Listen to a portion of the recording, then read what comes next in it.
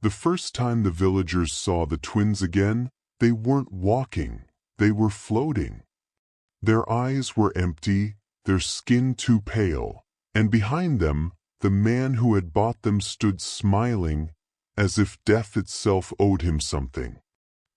In a sun-bleached village near the edge of the ideal forest, legend warned of men who walked with shadows instead of footprints. But no one believed the tales anymore.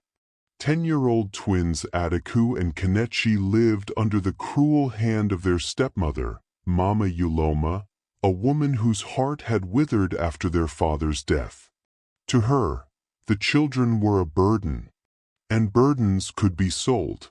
She heard rumors of a wandering beggar, a man cloaked in rags, who slept under market tables but sometimes handed out gold to those who showed him kindness.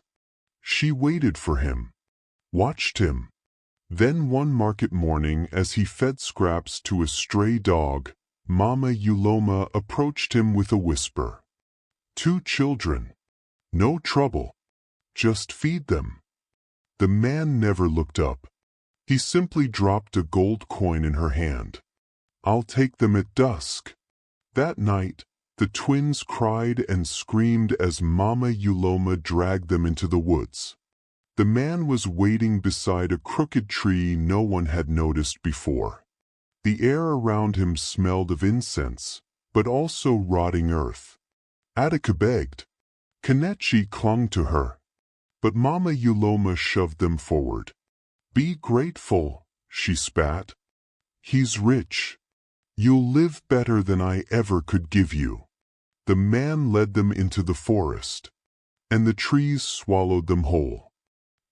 The twins woke in a mansion, but it was no ordinary house. It had no windows, only tall, veiled mirrors that didn't reflect them.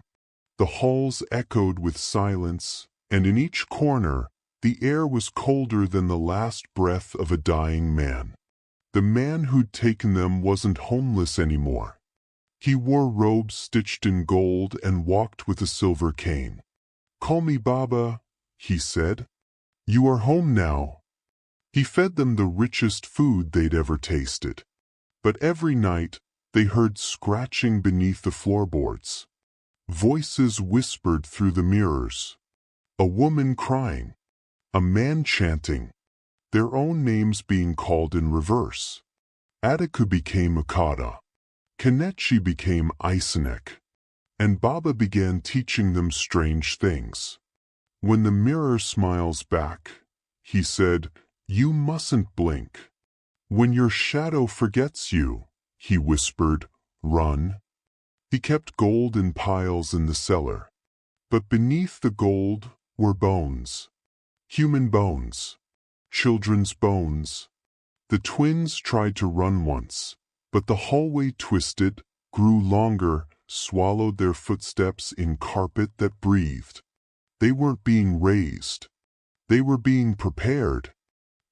One night, the mansion groaned like a living thing. All the mirrors turned black.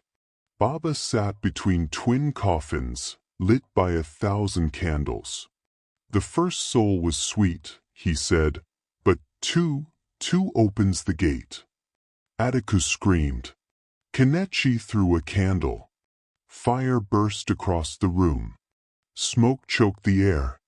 Suddenly, a voice called from behind the largest mirror. Come to me, children. You are more than blood. It was their real father, used in the rituals that gave Baba his cursed wealth. The twins held hands and stepped into the mirror. Mama Uloma was older now, alone, wealthy from the gold she'd slowly spent. But her house had become haunted. Mirrors cracked when she looked in them. Children wept outside her window, children no one else could see. And one day, she found 2 small boxes on her doorstep. Inside, 2 coins. But, what? Still bleeding. That night, the twins returned. But not as children. As spirits. One walked. One floated. Both wept smoke instead of tears. They entered the house. The candles died. The clock stopped. And Mama Yuloma's screams echoed into silence. The mansion in the forest burned. But the mirror didn't. And if you walk deep enough into the Aegeal woods, you might find a mirror resting against a crooked tree. Look into it and listen closely. You'll hear two children whisper, "Would you trade your children for gold?" And behind you, you might hear footsteps from a man you thought was homeless, smiling through a shadow that doesn't belong to him. The curse was never the gold. It was the price people were willing to pay for it. She sold them to a stranger, thinking she was ridding herself of a burden. But she didn't lose children. She gained a curse. And now, it walks behind her. If this story chilled you to the bone, don't forget to like, subscribe, and share with someone who dares to listen. Drop a comment. Would you take gold from a man who knows your name?